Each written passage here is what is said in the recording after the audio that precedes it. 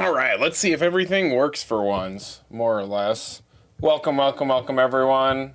We'll give everyone a minute here to funnel in and see what's going on before we talk about some Quiet Place, some HHN, and have some fun. And I can preview some new videos for you guys.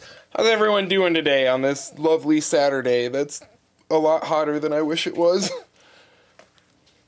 Let me tie my hair back. While we're waiting for people to funnel in here, do some head-to-head matchups because I like doing these and these are fun. And obviously Dollhouse is going to get my vote. So is La Llorona. Awesome. We excited for HHN this year, y'all? Quiet Place? Anyone else thinking that this is like literally the best IP announcement that we've ever had? Just me? Because I am totally stoked. I don't know if y'all went to Hollywood in 2014 or have seen their Alien vs. Predator maze. I know I've talked about it on this stream here before, but like, that maze looks incredible. It's like Aliens meets Halloween, just without Michael Myers. And if A Quiet Place even manages to scratch the surface of that haunt, or even Orlando's AVP that we had in 2014, I think we are easily looking at one of the best IPs we've had in 15 years, give or take. Definitely something that'll make it into my top 30. So I'm super stoked for this. Also, had to wear the Michael Myers Halloween shirt in honor of the fact that there always seems to be some type of Halloween news on my birthday, whether it's the Halloween remake trailer coming out however many years, or requel trailer coming out however many years ago, or Halloween 2022, the one freaking haunted house that I absolutely despise being announced for 2022's event 2 years ago today. So, you know, I had to make a meme out of it. I always do. That's my thing. Will, yes, I agree. Silently pumped for Quiet Place. Haha, I see what you did there. The puns never stop with you. But yeah, I think A Quiet Place is easily going to be great. There's so many avenues for them to do different things compared to what they would normally do for a haunted house. You know, they mentioned the use of ASL being a highlight, just like in the movies. I think that's going to be really cool. You know, they kind of made a point of it for Fiesta de Chupacabras, how it was going to feature, you know, Spanish language spoken for a lot of the lines. And I think the great thing about that is it didn't really, I don't want to say it didn't add anything to the house, but it felt so natural and it felt so authentic that it wasn't like a, you know, it wasn't like a groundbreaking moment. It wasn't like a, oh, they're finally doing this. At least for me, it was one of those things where it's just like, they've never done this before. They've never had people speaking Spanish in a haunted house. Like, that's normal. That's just normal representation. So I'm looking forward to A Quiet Place, hopefully capturing something similar to that, where the ASL doesn't become this whole big focus. It just feels natural in the environment that they created. It feels natural for that type of haunted house, and it doesn't really, I don't want to say it doesn't add to the experience, but, you know, like I said, it's not one of those things where there's like a big red sign saying like, this is the groundbreaking scene that we added this year. You know, this is us pushing inclusivity. It's just, it is what it is. I also haven't seen A Quiet Place 2. I have seen the first one, which I did very much enjoy. So I cannot say for what scenes might be in it from the second one. But I mean, come on, y'all, we got the Abbott house and we got that giant cornfield from the first one. Like, chef's kiss. And it's inside, so we hopefully won't have a hurricane this year. Thank you for the birthday wishes. Let's go. 1 year closer to 30. I'm going to be a boomer soon, even though I'm already your local HHN boomer. So, anyone have anything they want to talk about? Any questions, anything, you know, any fun stories y'all want to know about me for HHN? I'm not planning on doing a super long stream tonight just because, you know, I've been up since 7 o'clock, give or take, working on videos, so I'm a little more tired than I was anticipating being, but I'm trying to get the content cranked out for y'all. And speaking of, if anybody, oh, Nick with the pinhead Larry emojis, let's go. Also, hopefully by the end of this month, I will have memberships and everything more updated, and what's the word? More focused on the content that I think I'm going to be creating in the future instead of just more generalized. So thank you to everyone who is a member. I appreciate y'all, especially since I'm trying to buy a new camera before I get to HHN in 3 months. But yeah, you guys, I wouldn't be here if you guys weren't supporting me. Yeah, hopefully no hurricanes this year. I agree. I will give everyone hopefully some positive hope. We were told over here in the Midwest that we were going to have the absolute worst winter in hundreds of years. It was going to be a frozen wasteland, unhospitable, absolutely terrible. And we had like one of the vibiest winters we've ever had. Like none of those predictions came true. It was less severe than last winter. So hopefully those positive weather vibes will carry over to HHN this year, especially since we got like premium Scream Night and everything. They can't cancel it that early. One other thing I did want to take a look at though is if y'all didn't see, thanks to BioReconstruct, we do have facade construction on the sprung tents. Let's go! So, theoretically, these two haunts that we've got right here are going to be the Museum Deadly Artifacts, I probably got that name wrong, and Slaughter Cinema 2. You guys can see the truss work up here is very similar to what the drive-in screen for Slaughter Cinema in 2018 had, which was in that same location.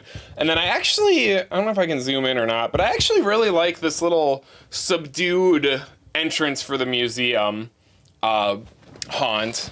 It kind of reminds me of, we watched it last stream, but Curse of Pandora's Box. It reminds me of that, small little unique storefront that's like the little niche local mom and pop place that kind of looks curious and cute. So obviously I can't really tell without too much detail in it right now, but it looks like it's got a nice little chimney or something similar shape to that right there. But as much as I love the big grand facades of like Nightingale's Blood Pit and Puppet Theater, and even, I guess, Descendants of Destruction to an extent, like, I also kind of like the, just the quiet, intimate, tiny ones, like Darkest Deal last year, and I hope this kind of follows suit. Will, are we getting corn this year? I hope so. What they need to do is I don't know what the foods are this year, but what they need to do is they need to capitalize on A Quiet Place and have like a Quiet Place corn on the cob, like roasted corn thing. Like I would devour that every night. You could do street corn. They could do like 800,000 things with it. So hopefully they can add that to or they can incorporate that into their menu. Happy birthday. Thank you, Amanda. 1 year older. I'm a boomer almost. Can't wait. And Nick, imagine a GeoGuessr game. Yo, Nick, if they did something like that, I would actually play that on stream a lot. I would play the crap out of that. Where's Josh? Josh isn't in here yet because he's off having fun and exploring doing some exciting shenanigans. But when Josh gets in here, let's all hound him and ask him to make a GeoGuessr game like this. If y'all are down for it, I'm down for it. All right, now that we've got a few people who have come in, who wants to see a sneak peek at brand new content? I'm like on a 35-second delay, so you guys are going to be waiting for a minute. But if you guys want to see a sneak peek of a video right now, let me know down in the chat and I'll start getting it queued up. Instead of just looking at me and my ugly mug and we talking. Hey, it just went. What? Do you want to see new content? Oh. So is that a yes from you? I haven't even shown you the beginning of my countdown. Well, I'm just going to play it anyways because I don't know what else to do. Okay, there we go. Will, I'm going to kick you out of the chat if you keep saying stuff like this. If you keep slithering into my chat like that. Okay. Happy birthday. Birthday cake. Yay, birthday. Oh, Derek, what's up? Is that super chat? Let's go. I appreciate it, my man. Thank you. I didn't really do anything exciting for my birthday other than get up and edit. We went to Texas Roadhouse earlier this week, but I was like, I don't want to go to Texas Roadhouse on a Saturday night. Like, that just sounds like, ugh. But you know, what else could be more symbolic of the grind this year than working all day on my birthday and then hanging out with the people who have supported me and who allow me to do this. So thank you, everyone. This makes me so happy. This is also my first super I've ever gotten, so this is going to be memorialized in history forever now. Let's go. Also, I don't know if everything played on the, or if you guys had the audio play for you guys as well, okay, good. My audio's been really weird the last couple of streams with stuff like not working the way it should. So I think I finally got it all figured out. But anyways, I did promise some new content. So everybody brace your ears. I really don't think this is going to be too loud, but like I said, audio's been really, really weird, so we'll see. Let's see here. All right. So if you guys have seen me before, or have you guys watched the channel, you probably know about my countdown series. I'm revamping it. I'm reworking it with all my skills and everything. In the last year or so since I started working on it, I found a lot more footage. I found a lot more assets, and I've just grown as a person and an editor and a storyteller. So when you guys visit this channel, I want you to have a representation of who I am now as a creator and the confidence that I have, not the scared little sitting in my chair with my BioShock collection in the back, speaking monotone like this and, you know, not really knowing how to emote. So this is a teaser of it. The bad news is that I am going to be taking a little pause on content until I get this series created, just because there's so much stuff I want to get out, and I don't want to be playing catch up. I don't want to feel like I'm falling behind, so I'm going to wait until this is under my belt so I can have some more breathing room in the future. But I'm going to shut up for a little bit and raid chat while you guys enjoy the first 5 minutes or so. Enjoy. And also, hopefully this isn't too loud. Please tell me if it is.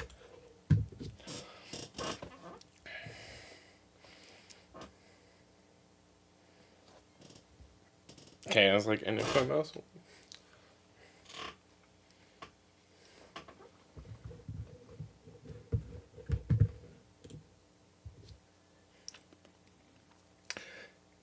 I think I muted my mic also for a little bit. But we'll see if that actually worked. Hear audio. Do we not hear audio for it? Yeah, Derek said it's audio. Okay, give me a minute. We're gonna switch back to me. Because it worked just fine when I tested it right before I went live. And you did not mute your mic. Like I said, all of my audio is just not working, and I don't understand why, and it's getting very frustrating. It's getting very frustrated when I work on it for an hour, it works, and then it just does not. Okay, so the only thing I can think of is we're going to try this. It's going to sound weird. Yeah.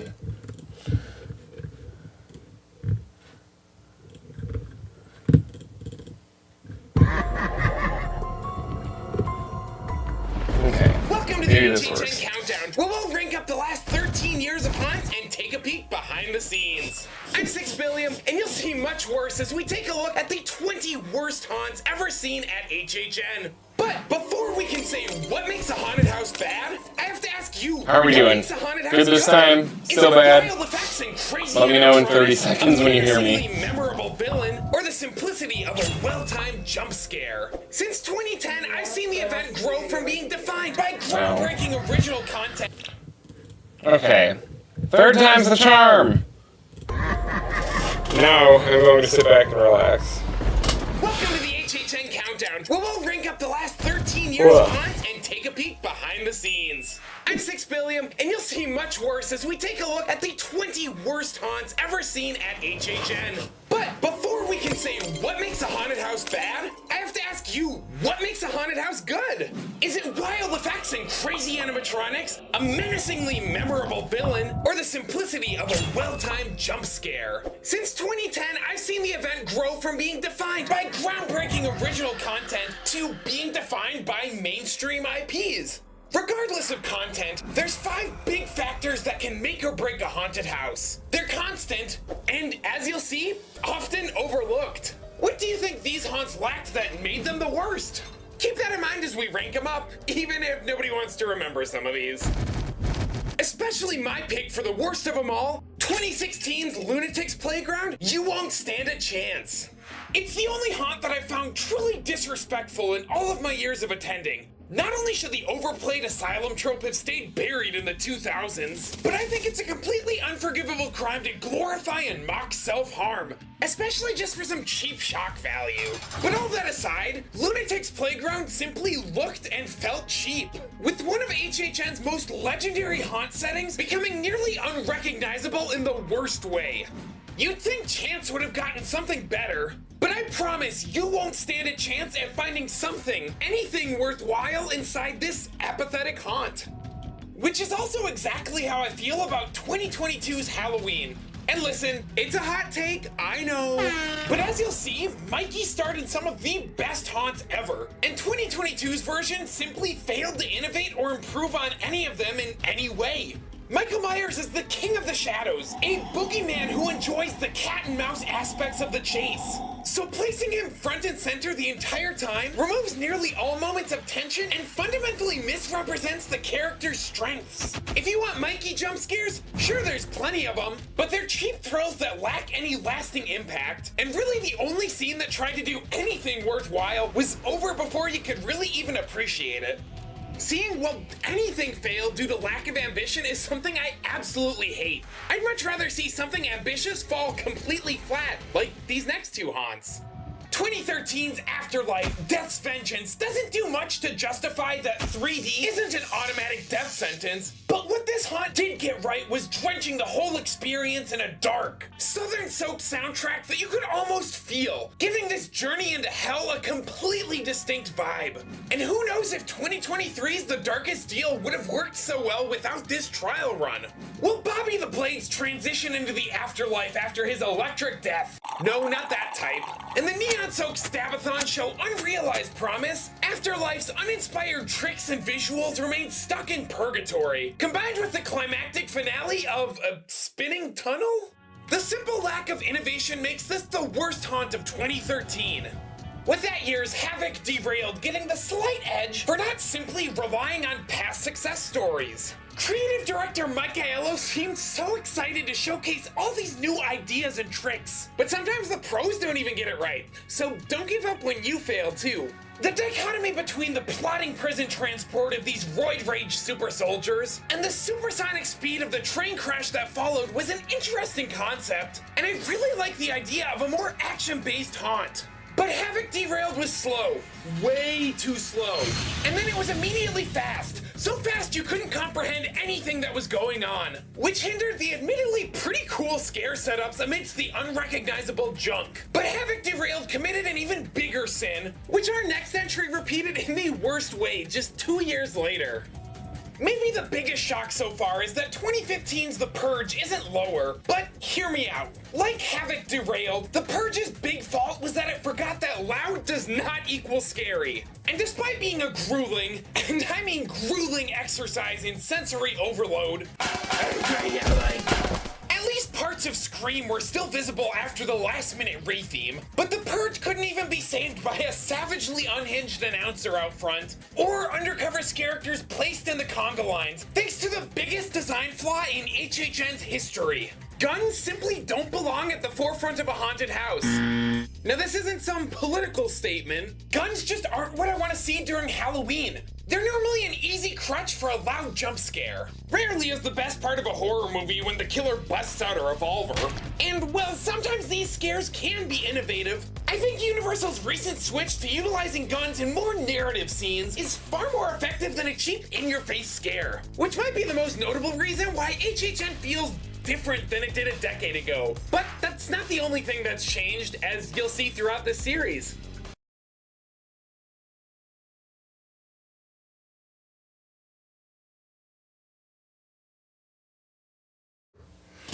Alright, I'm back. Ish. Maybe. Let me...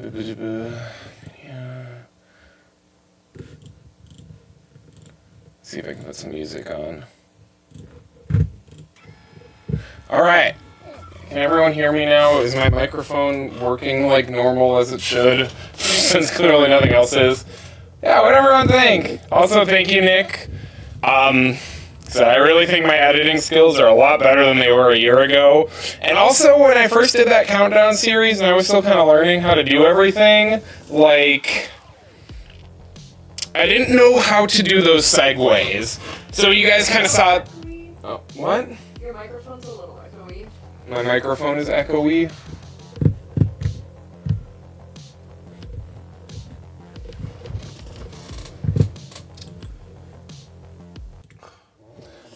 Okay, maybe that'll fix it then. If not, I'm just giving up on this audio working the way it should. But anyways, when I first did that countdown series, since I was still kind of learning how to do everything and how to edit and like the stories I wanted to tell and all that stuff, I didn't really know kind of what to do in between the reviews. So if you guys were to watch it, like... So if you guys were to watch each episode as they came out, or if you were to watch them today, there's kind of like a different segue, mix-up, info bits, you know, for every episode. Like, the last one is all about HHN 2023 speculation, and then the one before that, I can't remember exactly what I talked about, but it's very disjointed. So now I'm going to have the whole series streamlined. I'm aiming to get this out before HHN starts. That's why I'm drinking so much coffee at 6:40 p.m. But I'm aiming to get that out for you guys in the sections before summer. And then the plan is once HHN starts, hopefully before the end of September, maybe October. Oh, hi Pixie, welcome to the club. The goal is to release one long video with all of those, but that long one I'm going to add the 10 haunts from this year to it. So it's going to be a more complete version. So I'm very excited about that. I really hope you guys liked it. Like, thank you all for all the praise. Falon, I'm sorry if I say that name wrong. Also, I'm terrible at pronouncing things, but I appreciate it. I'm glad that's how you found the channel. It seems like that's a lot of people found 6 billion was through this series, so I want to be able to do it justice. Nick, everything's just weird. I've rearranged things so many times that I couldn't even tell you what's what right now, but I'll take a look at it after the stream. Hi, Pixie, and bye, Pixie. Thank you more for birthday wishes. Yeah, I think Quiet Place House will be really good. You know, HHN Fanatic, like, I think people at this point are just kind of looking for stuff to be angry about. You know, it's not one of the biggest IPs ever. That's fine. Like, you know, Halloween 4 was a kind of a really bad movie, and it turned into a pretty decent haunt. I mean, Freaky was a pretty good movie, and it was kind of a bad haunt. Like, there's no, you know... There's no correlation necessarily between a good movie making a good haunt or a bad movie making a bad haunt. And I just think that, you know, people only look at that. They only look at what they think will make a good haunt and what is the most popular and what's the biggest and whatever. And if that doesn't align with what they think the event should be, then they automatically just go into like negativity mode. Now, I'm not saying that's everyone. There's certainly a lot of people who are rational about it, but, you know, I just don't like hating on stuff. Even though we literally just watched a video of me hating on stuff. Like, I like to try and be positive and optimistic no matter what happens. If you told me we were getting an all IP year that was all IP houses I hated, I would still find a way to get hyped about it. And I wish a lot more people in the community would be the same. If you're not excited about something, do some research and find a way to get excited about it. But HHN Fanatic... appreciate you. I agree with you. It's going to be so good. Volume dynamics are going to be great. Hey, everyone's flown in. Thank you, Aaron. Sabrina, how's it going? We haven't chatted in a while. Thanks for stopping by. I super appreciate it. House of a Thousand Corpses, people think. Yes, that is another thing. HHN Fanatic. That's actually another good point. I didn't think House of a Thousand Corpses was going to be good. Like, I thought it was going to be aight, but... What, Countdown series, I have to try and remember my own rankings. I think it's definitely in my top 10 IPs of all time. Might be in my top 5 IPs, I'm not sure. But they did that one really good. Yeah, they've made a lot, and I'm sure Kenny at Quiet Place, whatever, day 1 that comes out soon is probably going to make a bunch of money too. I just think people look at them more as sci-fi films than as horror films, or more action-y, and that's why they think it won't be a good haunted house. Like, but I think it's gonna be great. That's crazy to think about. But I mean, John Krasinski directed, and he had a pretty good. I remember there being a pretty huge buzz about the movie before it premiered because it was John Krasinski's. Was it his directorial debut, or I think it was his directorial debut? But I remember that probably brought in a lot of people. But it was incredible. Aaron, the speculation I have with Quiet Place, are they going to make it soundproof so you don't hear someone yell in the next room, or are they expecting people to be quiet? So I'm no expert, but the way that I'm anticipating this works is you're going to have... First off, it's going to be designed differently than other houses, which I guess kind of makes sense, but... What I mean by that is I think it's going to play more off the volume dynamics of each scene than it is going to actually try and be pure silence. You know, you're going to have some scenes that might not have any actors in them, might not really have too much going on other than just like some ambient background noises with, you know, a little bit of rustling in the background, maybe something similar to Fiesta de Chupacabras with like some of the shaking animatronics. But I feel like you're going to have a lot of those quiet scenes, and then you'll go to a scene that's going to have one of those death angels, one of those giant monsters, loud, shrieking, strobe lights, scare actor triggers, all that stuff. And then when you go into the next scene and it's quiet again, your brain kind of fills in the rest of the, you know, your brain fills in the rest of what it's supposed to sound like. It sounds quiet enough that they can get away with the Quiet Place concept. And how that factors in is, you know, if you don't have a character in every single room, that's pretty different than almost every single other HHN house that at least I've been to. I can't really think of many that had one or two or even transition hallways that were like without a character. So I think we could potentially be seeing a cool risk with like that with this haunt. But also soundproofing. It's been used in 3 major haunts so far. Carnival Graveyard is what I'm looking at. Graveyard Games in 2019, Hill House in 2021, and Last of Us last year all did soundproofing hallways at some point in their haunts, and they did it pretty well. So I think that also is going to factor into play somewhere. Whether it's one scene or whether that's kind of how they, you know, transition each scene is through that. I think there will be some soundproofing, but I think it's more of just going to play off of loud scene, quiet scene, loud scene, quiet scene, because that's the most, what's the word? That's the cheapest and that's the most easily attainable, I feel like, to create. Kenny, I agree. John Krasinski and Jordan Peele, both incredible directors. I want to see, I don't know if I want to see Nope come to HHN, but I would be really interested in like some type of Jordan Peele original. Or even if they just did like a mashup of Jordan Peele's movies and did like a Blumhouse, but with his films, I think that would be cool. Nope kind of works on the Hollywood backlot, but I just don't know how it would work as a haunted house. Not that it's not scary, but I just don't know how well a lot of the effects would translate, even though it would probably be really cool. Oh, it's Colby. Hey, Colby. Oh, let's go. If you have any questions about starting YouTube or anything, let me know. Obviously, I'm not perfect, but I want to help you guys out as much as I can. Also, Horror Homie, what's up, my dude?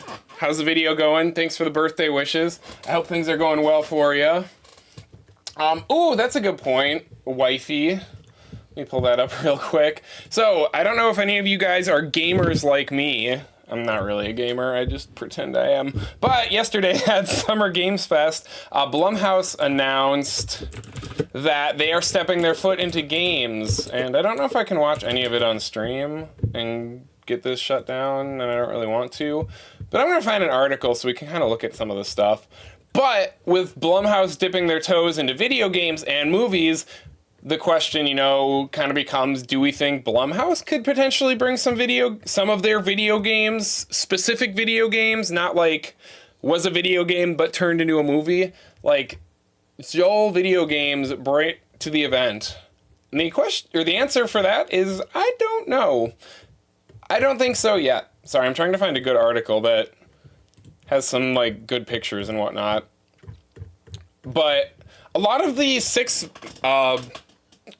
games that were announced yesterday, they all look very, what's the word? Slaughter Cinema-esque is maybe the correct term. They all look like very small, episodic games, indie games, which is more or less what they are, but they don't look like they have enough substance to be able to sustain a full house yet. Do they look like they have enough substance to sustain more than 1 or 2 scenes? I don't really know, because they kind of just showed the same generic concepts throughout these trailers, which I'm still not finding great whatever of. But there is one that kind of looks like creepy BioShock Infinite that I'm like very intrigued for. I'll just go to Google Images. Maybe they'll have some more.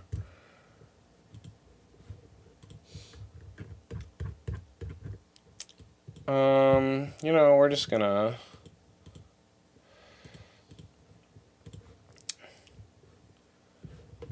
see how this goes. I'm not gonna play this with audio. And also, I don't even know if my audio would work given how everything else goes, but we're just gonna do this and talk about it as we watch. And if I get yelled at for it, then that's my B. I'll figure it out. Half Mermaid, though. Is that the one that sounds interesting? Half mermaid? Yeah, that was one of them. Was there no more? Is that the end of it? Here, I think this is the beginning. Might be. The beginning and end looked similar. But yeah, so it's got a cool art style for a lot of these things. Like, I think there's definitely some type of HHN potential here. I just don't think it's going to be anything that we see soon. I think it's going to be something that's far later after the event is more developed, or after the studio is more developed, and I don't want to say more of a household name, but, you know, has more of a draw. Which begs the question, are we going to get Blumhouse nights like we had Walking Dead nights back in the day? Who knows? And if we did have Blumhouse nights, would y'all be mad about it? Actually, that's going to be a fun poll that I'm going to do while this is playing.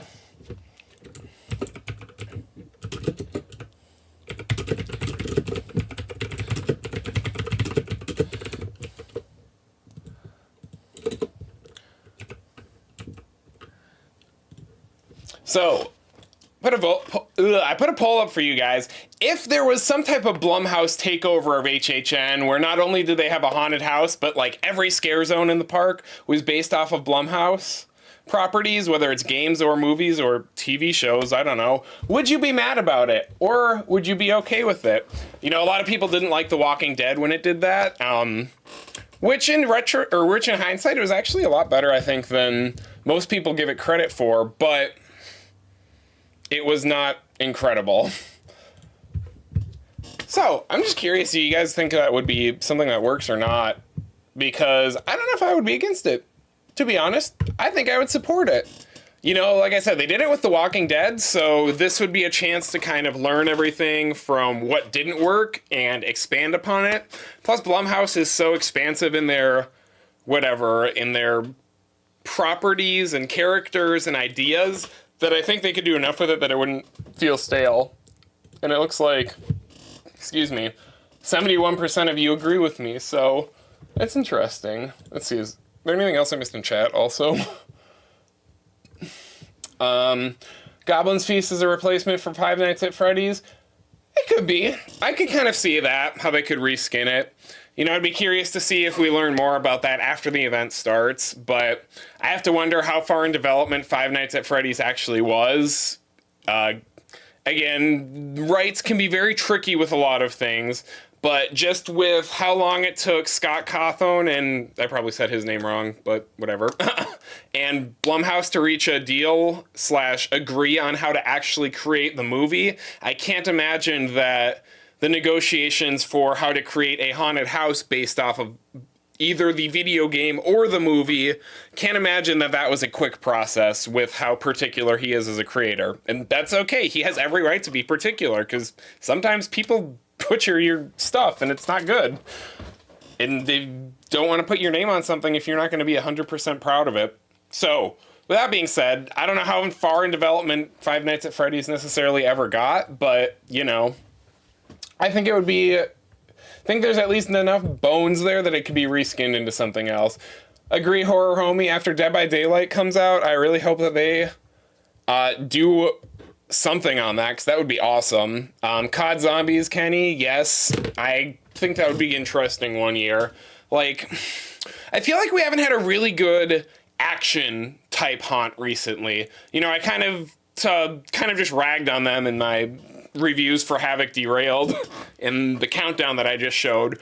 But I really would like something that's not necessarily 100% scary, but is very, you know, action forward, like go, go, go, go, go, like high energy, fast paced, you know.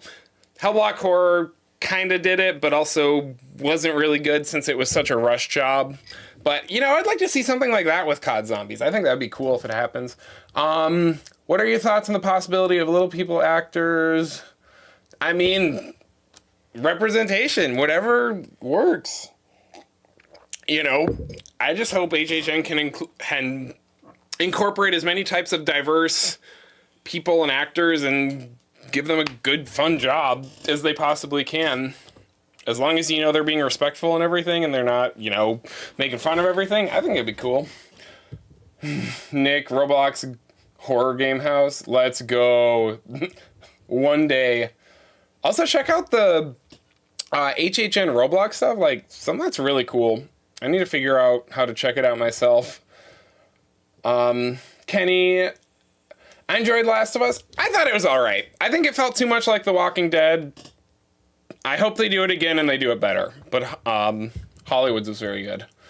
Aaron, wouldn't hate a Blumhouse takeover, but I don't know if I would enjoy it solely because Blumhouse aren't my favorite kind of horror.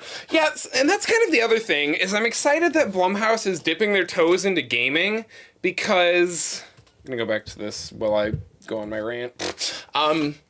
Because that gives them a more diverse portfolio than what they already have. You know, these indie games theoretically are going to be shorter experiences that are more narrative driven, that you actually have to, you know, pay attention to. You have to involve yourself in the process of playing these games and learning the lore and figuring out what's going on and all of that stuff. Whereas Blumhouse's movies, that's not really the case. They're kind of cheap, digestible horror, more or less.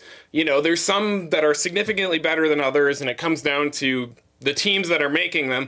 But more or less, Blumhouse is that studio where, you know, you just put on one of their movies for background noise or just because you want a light, easy, digestible jump scare fest, and they fit that bill perfectly.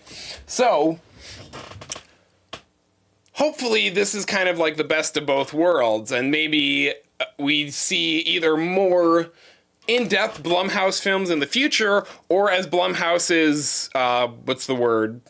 Not reputation, influence, partnership, existence, whatever. Blumhouse at HHN, as that continues to grow, hopefully that also means that they'll be able to incorporate more diverse stuff into HHN after this announcement. Maybe I can make a video on this now that I think about it, but I've said that about a lot of things, and I work very slow, so we'll have to see.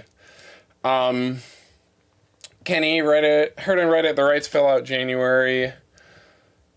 And Nightmare on Elm Street was supposed to, but was replaced by what could be Insidious. Huh, interesting. I mean, I'm sure rights fall through all the time. A lot of the times we don't even know about it. So, again, I wouldn't be surprised to hear. I'm a little sad Nightmare on Elm Street isn't coming, just because I would like to see a Freddy house that isn't just kind of a greatest hits of Freddy, because that's really all I've ever seen him as. But, you know, there's always next year. And the year after that. I think we'll get Crystal Lake before we get Nightmare on Elm Street, though, even given all the behind-the-scenes drama and stuff with that. Do you think Monstrose will be exactly like Hollywood? That's a good question. Let me come back to me real quick while I pull it up. I'm going to play another... Kind of talked about Monstrose last time. but I want to pull up a POV of it while I talk about it and spell literally every freaking word in this wrong. But for those of you who don't know, HHN Hollywood over the last while, I think it's been the last 3 or 4 years consecutively, but it's gone back as far as late 2000s, early 2010s. There's a Latin America-centric maze about urban legends. La Llorona is probably the most famous of the ones that they did, but the one they did last year was a combination of 3 monsters whose names I cannot pronounce because I am not that good, and I don't have the accent for it. But anyways, as you guys watch this POV, I want you to kind of see and think about what they do differently from Orlando. And I'm going to try and be semi-vague until the end, so I can try and do a big spicy reveal, but that might not work. But you know, there's a lot more effects that Hollywood tends to do, and not all of them are big special effects, big puppets, big animatronics, so. But it feels like there's a lot less actors constantly in your face in Hollywood, and it feels like there's a stronger balance between... how do I want to phrase it? There's a stronger balance between those big effects-laden scenes and the ones that focus solely on actors. Whereas when you're in Orlando, it doesn't necessarily feel that way. Almost every 10 feet, every scene, every transition room, there's some type of boo hole where an actor in a costume pops out and does their thing. But in Hollywood, I don't feel like you see that as much. And that kind of makes the environments stand out a little bit more. It makes them more memorable because you have more time to soak in what's around you. But then it also makes a lot of the actor scares more intense because there's a little more scarce, and, well, Hollywood's actors are just on another level. Like, I can say whatever I want about the event and the quality of the scenic and all that crap for the years when it was clearly under budget, but their actors are always so much more energetic, so much crazier, so much wilder, so much more in your face than Orlando's are. So they've always got good areas like this designed for those scares. But what I worry about watching this haunt and translating it to Orlando is, you know, what happens when you take away, as we're looking at another Orlando staple scene, but you know, what happens when you take away a lot of those animatronics, a lot of those special effects scenes, because Orlando isn't really known for that. They aren't really known for having, you know, outside of a few select houses like Stranger Things 2 or AVP, you know, you either got 6 or 7 of the same type of puppet, or you've got a few animatronics, or you've got some mild pneumatic effects. Like, you never really have a mix of all of these different types of effects when you are at Orlando's event. And again, that's not necessarily a bad thing. You know, Dead Man's Pier, Winter's Wake hardly had any types of effects, and that's been the crowd pleaser favorite of a lot of people for the last decade, at least as far as original houses go. But it's just it's an interesting note to kind of see how each coast's event operates independently and differently from each other. So I guess the whole point I'm trying to make with that is, as you guys have seen in this haunted house, lots of animatronics, lots of in-your-face stuff, a stilt walker, which HHN isn't averse to in Hollywood. But when you guys take away all of that from the equation and you replace 90% of those in-between scenes with actors in costumes that don't necessarily look proportionate or exactly like the monsters they're portraying, do you still have an all-time haunt like this one was? And I think to an extent, yes. I think Monstros is probably going to be good. The one thing Orlando, as I said, has over Hollywood every year is just the amount of detail and the amount of layering they're able to put in their sets. Like in Dead Man's Pier, at the very least. That's one we've all gone to. Or, you know, the forest and the castle in Dueling Dragons last year, just off the top of my head. You know, I think Orlando is going to create sets that blow Hollywood's out of the water, which they weren't even that bad. They were pretty good. They just weren't over the top extraordinary. So I think Orlando's sets blow them out of the water. But actor-wise and scare-wise, I don't know. I don't know if they can... I don't know if they will do the effects to make these creatures, monsters, I don't think the right term. I don't know if they'll figure out a way to make them look like what they're supposed to and not just people in costumes and kind of overpopulating it with jump scares. That makes sense. That's the point I wanted to make. That makes sense, you know. Doing what works well for Orlando, but not necessarily what works well for this type of property. So we'll see. I think it's going to be middle of the road. I don't think it's going to be great, but I don't think it's going to be terrible, but I don't think it's going to be better than Fiesta de Chupacabras. But we'll see. Will we get a Roblox haunted house before GTA 6? Yes, let's do it. I'm down. I don't see why not. Aaron and Nick, I still want Luigi's Mansion. That's the real question. Are we going to get a Nintendo-themed haunted house before we get Roblox? That's going to be a no, unfortunately, but what I wouldn't kill for a Luigi's Mansion in Castlevania year. Oh, yeah, Colby, how scary it would be if we got Japanese folklore. I'm holding out hope. We did one like that called Shadowlands at Not Scary Farm back in the day. So good.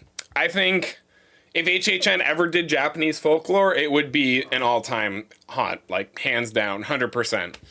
But we'll just have to see if we ever get there. Also, hi Vanessa, happy birthday. I love you, miss you, even though it's been like a week. Oh, Kenny's got a good question here. Do I think HHN Orlando has gotten tamer since you've gone over it for the last 10 years? That's a good question. I gotta think on that for a second.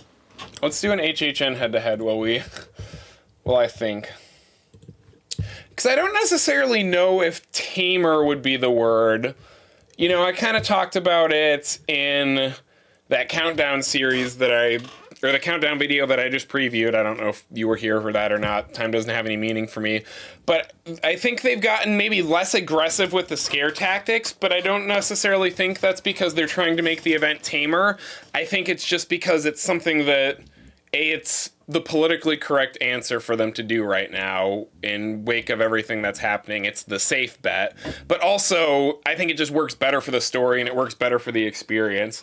So I don't know if I would necessarily say that HHN has gotten tamer overall, but I would say they're less inclined to take the big risks that they used to.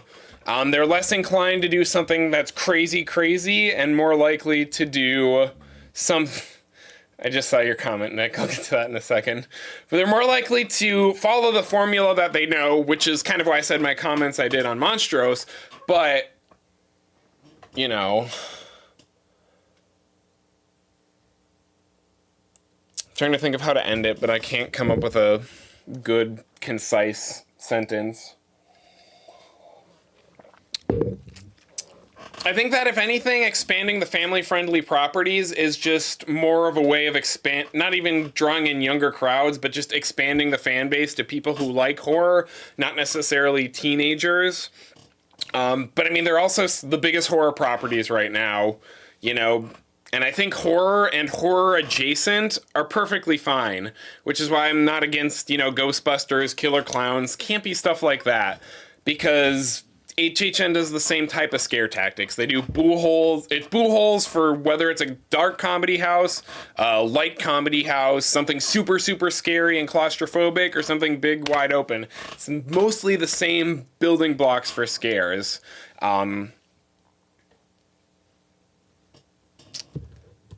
So, I don't necessarily know if I'd say it's tamer, it's just safer. I hope that answered the question. Okay, Amanda, argue with me. Yes. But yes, Nick. The Japanese classic demon Majora and his mystical mask. Oh, be so good. We need more we need more original mashup houses like Slaughter Cinema and stuff like that. Alright, let me do one more here. This is easy. Also, that actually reminds me of a good question. Oops.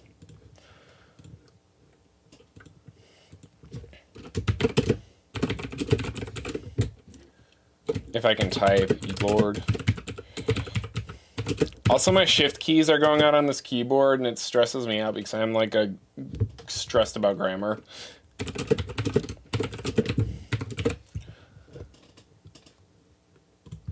So, seeing Darkest Deal reminded me of this. Do you guys think Darkest Deal made it in my top 15? Do you guys think in this new countdown series it's going to be in the grand finale, or do you think it's going to be just behind it, or do you think it's going to be at the bottom? I will say it was in my top 3 haunts last year, but it was not my number 1. So use with that, or take from that information what you will. But I will say I did really like The Darkest Deal.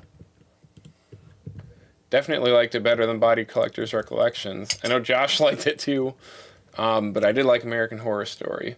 Ooh, oh, somebody finally voted a no. Ooh, who said no? Why do you think it didn't make it into my top 15? I mean, the only reason I'm not asking the yeses as much is because I've seen a lot of love for it, like, everywhere. And I know some other creators, that's their favorite haunt. So, like, that's why. But I guess you guys are just going to have to wait and find out. I'm not saying it. But I'll probably accidentally slip up on some live stream in the future. So, stay tuned for that. I will also say, Blood Moon Dark Offerings was ranked higher for me last year than The Darkest Deal, as of right now. So, let's see. Yeah, Nick, I agree. That's kind of the point I was trying to get at. Thank you for enunciating it better.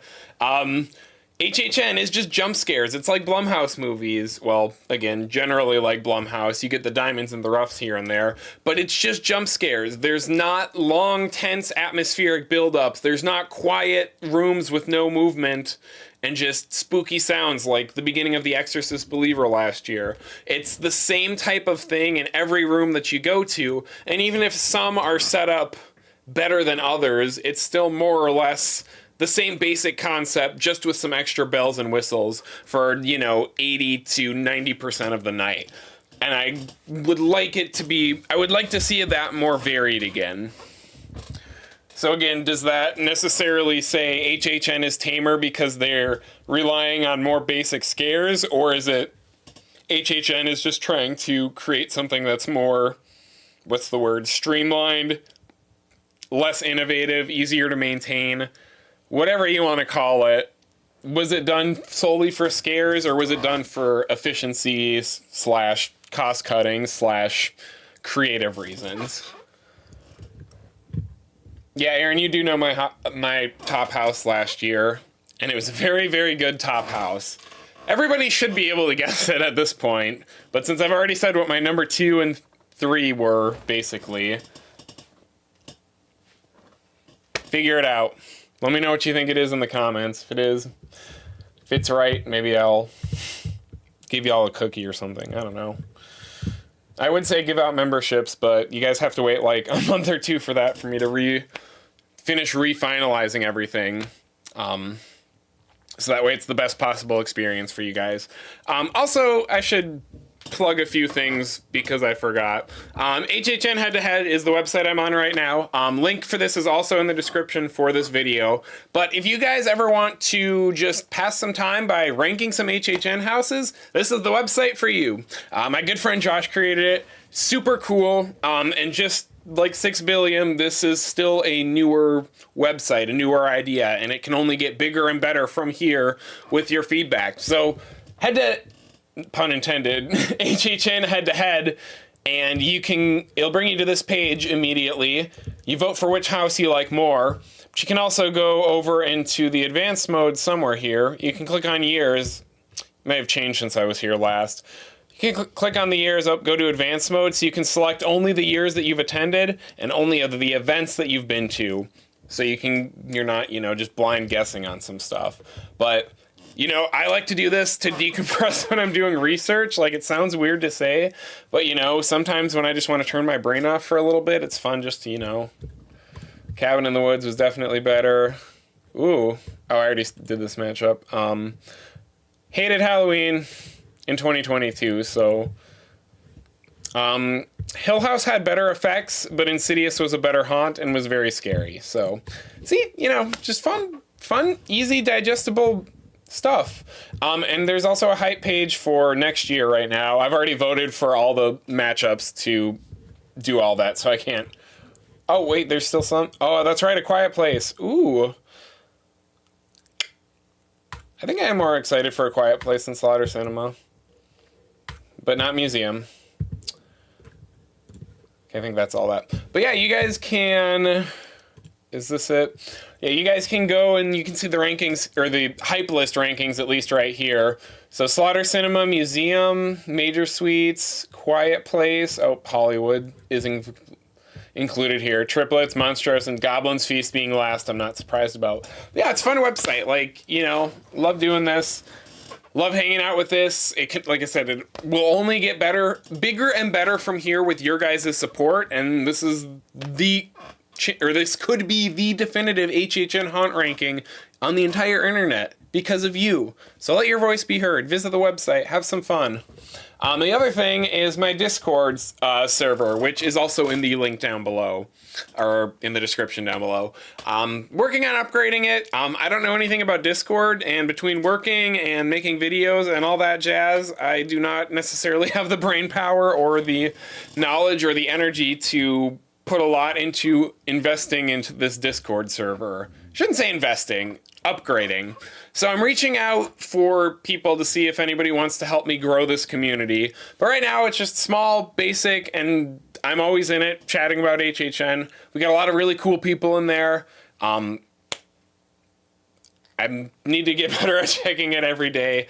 But I love being able to have those more personal conversations with you guys, get to know you a little bit better since you guys have helped me get to this platform. And if you guys ever have any random question that you don't want to wait for a live stream for me to answer, just pop on in there and chat for a little bit.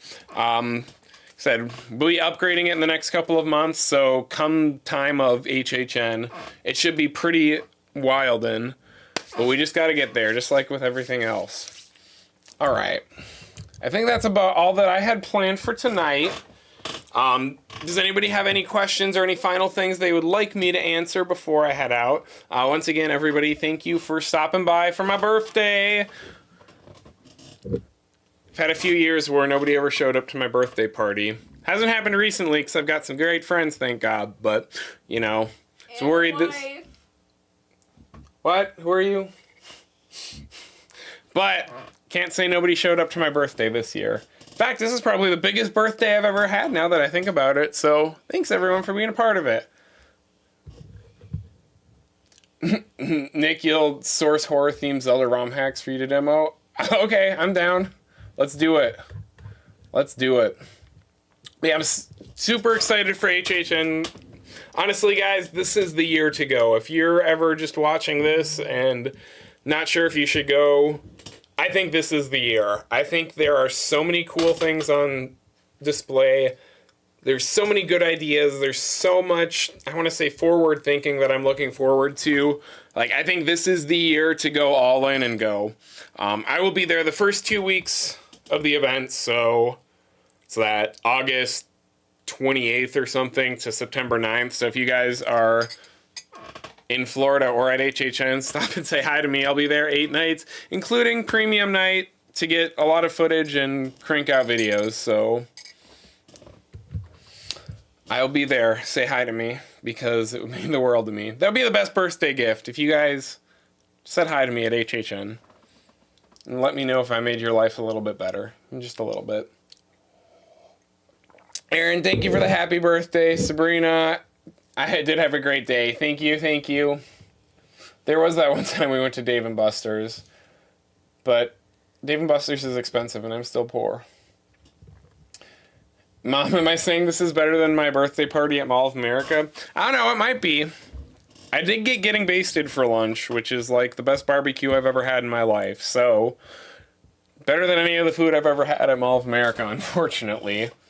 But they did introduce me to Bullseye barbecue sauce at Mall of America, so I guess I have to give them some slack because Bullseye is objectively the best barbecue sauce there is. All right. I love y'all. Thank y'all for stopping by and chatting. I'm gonna go have a snack and take a nap before I get back to work.